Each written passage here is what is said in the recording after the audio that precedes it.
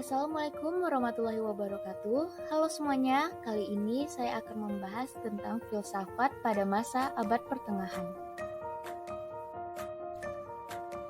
Abad pertengahan. Abad pertengahan ditandai dengan berintegrasinya filsafat Yunani dengan agama Kristen, memungkinkan adanya perkembangan dan pembaharuan dalam filsafat karena pengaruh agama Kristen. Dalam perkembangan selanjutnya, gereja memperoleh peluang besar untuk menentukan jalan hidup manusia, baik sebagai individu maupun sebagai warga negara. Hal ini menyebabkan manusia tidak lagi memiliki kebebasan untuk mengembangkan potensi yang terdapat dalam dirinya. Hal ini juga dikenang sebagai abad kegelapan, di mana ia memiliki corak khusus yaitu filsafat yang dipengaruhi oleh agama. Yang pertama, masa awal skolastik Kristen. Pada abad pertengahan muncul filsafat yang baru yang disebut skolastik. Sebutan ini mengungkapkan bahwa ilmu pengetahuan abad pertengahan diusahakan oleh sekolah-sekolah. Ajarannya dikenal sebagai artes liberales atau seni bebas, meliputi mata pelajaran gramatika, geometria, aritmatika, astronomi, musika, dan dialektika. Seiring dengan berjalannya waktu, keadaan pun berubah. Buku-buku pegangan dialektika lama-lama diganti dengan karangan Aristoteles. Yang kedua, masa awal skolastik Islam.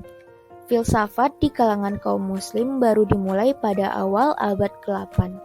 Filsafat Islam dianggap berkembang pada abad ke-9 Masehi hingga abad ke-12. Keberadaan filsafat pada masa ini juga menandai masa kegemilangan dunia Islam, yaitu selama masa Daulah Abbasiyah di Baghdad dan Daulah Amawiyah di Spanyol.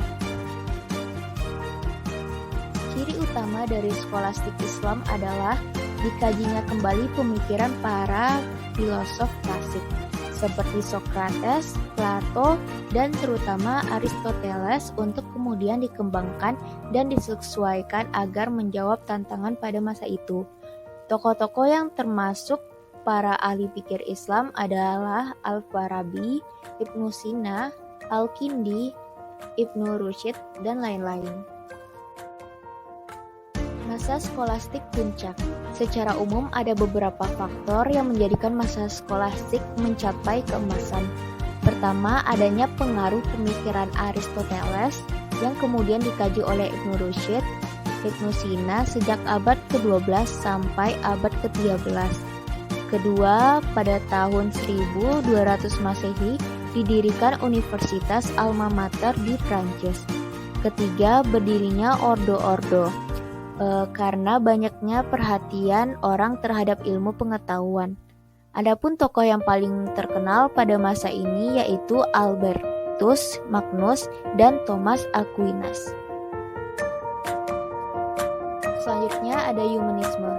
Kata humanisme berasal dari bahasa Latin yaitu humanus, yang berarti manusiawi atau insani, atau dari kata humaniora berarti pengetahuan tentang manusia, yang termasuk pengetahuan humaniora misalnya filsafat, sosiologi, psikologi, dan pendidikan moral. Secara umum, humanisme merupakan paham yang mementingkan individualisme dengan anggapan bahwa kemanusiaan merupakan cita-cita yang tertinggi. Yang terakhir ada Renaissance. Kata Renaissance ini berasal dari bahasa Latin yaitu renascere, artinya lahir kembali. Lahir kembali berarti kelahiran kembali dengan bentuk-bentuk hidup dan alam pikiran baru, mirip seperti dengan kehidupan zaman Yunani dan Romawi kuno. Pada zaman Yunani dan Romawi kuno, orang menyenangi karya sastra Ilias dan Odysseus yang menggambarkan peperangan dan petualangan dunia. Juga senang terhadap patung-patung manusia baik pria maupun wanita. Sekian dari saya, akhir kata saya ucapkan terima kasih. Assalamualaikum warahmatullahi wabarakatuh.